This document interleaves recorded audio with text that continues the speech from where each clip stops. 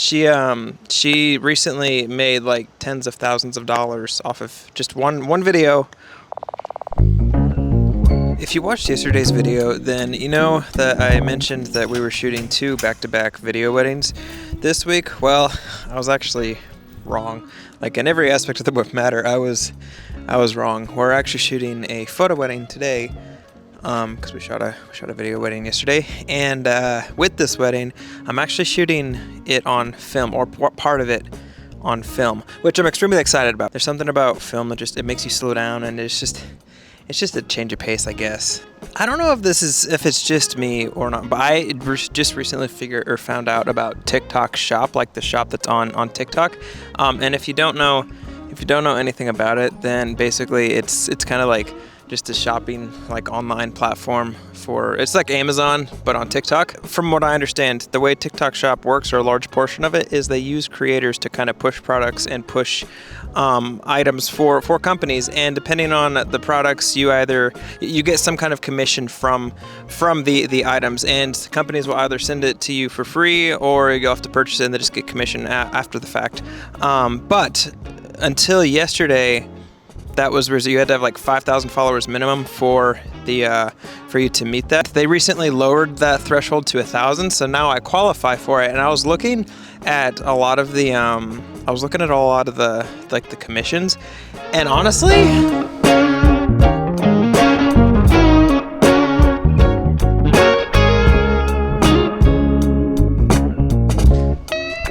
now, before I get into anything else, I want to say, making money or selling products is not the reason that I make content. It's not the reason that I really want to be. If that's all I was doing, then I would just go be like a salesman somewhere.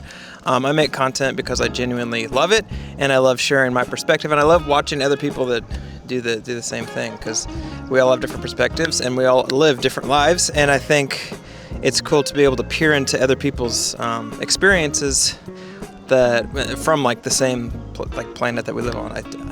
Any event, with that out of the way, I was looking at some of the commission rates, and it's like some of them are like 30-40% on products, and the products range from like literally like 2-cent items all the way to like a couple $1,000 items, and the percentage or like the commission rates are all fairly like uniform. It's like not like the $1,000 item, you're just not like you're getting $2. Like you're getting like a decent chunk of change. And honestly, applying for it was super easy. Like it literally took me 2 seconds after we got home last night at midnight to do it. Like it was really, I was expecting it to be a lot harder, especially with YouTube. If you've been monetized on YouTube, then you know how much of a process that it takes weeks to get the process. I choked on my breakfast. But at any event, I put a couple like orders or requests for suppliers to like send me stuff in, and it's like camera gear. Some of it's camera gear, some of it's like lifestyle-y stuff, and some of it honestly is just stuff that Savannah and I needed. And the agreement is like I get it and I make a video about it, like a short form video, and then all that to be said, if you're interested in any of that stuff, I'm not gonna clutter it or litter it in these videos. I'll probably just keep it on TikTok, and those links they're always down below, like Instagram, TikTok, and all the other social medias. But I will let you know and keep you updated on if it's an actual like viable, like sustainable thing. Like one of our friends, she recently made like tens of thousands of dollars off of just one video on one item. And then honestly, that got my attention. Like I didn't really understand how it worked, but that was enough to like perk my ears up, and like just out of pure interest to see like that's crazy. And with all that being said, I think on a bigger scale, I think what TikTok's doing is really cool, because I think that's just going to push creators to make more things, because they'll have the financial resources, they'll have the financial backing to be able to kind of like give their brains a little more, they won't have to focus as much on the financial aspect of it, and they'll be able to focus more on the creative aspect of it. That's more of like a pure creative, like purist kind of look, and that's what the lens I prefer to look or peer through when it comes to creativity. But yeah, we'll see. I don't know. I think it's really cool, and I think it's actually paying creators what they're worth, or closer to what they're worth. Because I mean, like Amazon Associates, like we have that, and it's just, it doesn't even compare. Like you're talking pennies to dollars, if it all works. I'm still highly skeptical, but I will let you know and keep you updated, because it's interesting. It's cool and it's interesting.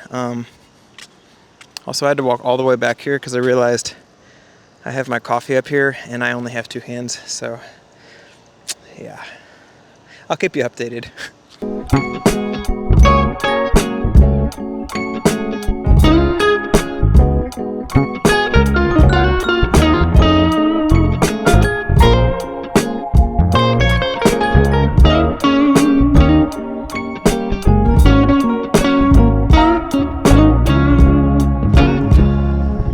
Well, I actually just finished shooting an entire wedding completely on film. I picked up the digital camera a couple of times, but for the most part, like most of the day, I shot 2 rolls of film out of our Canon AE1, and it was great. One thing that I really do like about shooting film is, one, I forgot how to approach it, because it's a little bit different than digital photography. To put it quick, like a short little synopsis on how to do it, you basically, instead of like focusing on ISO and aperture, you have to focus on shutter speed and aperture, because the ISO is built into the.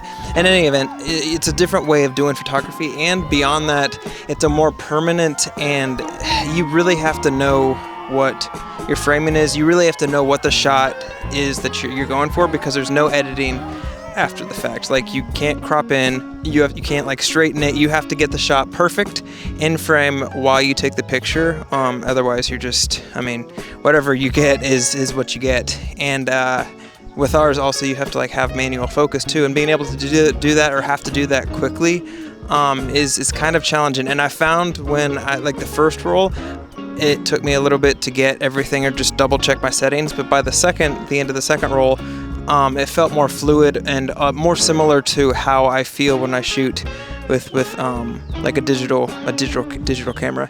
And the main reason that I really wanted to do this little, like, shoot it on film, because they didn't pay for it, we offered it, was because I really wanted to challenge myself. And yeah, I think it's good to challenge yourself occasionally.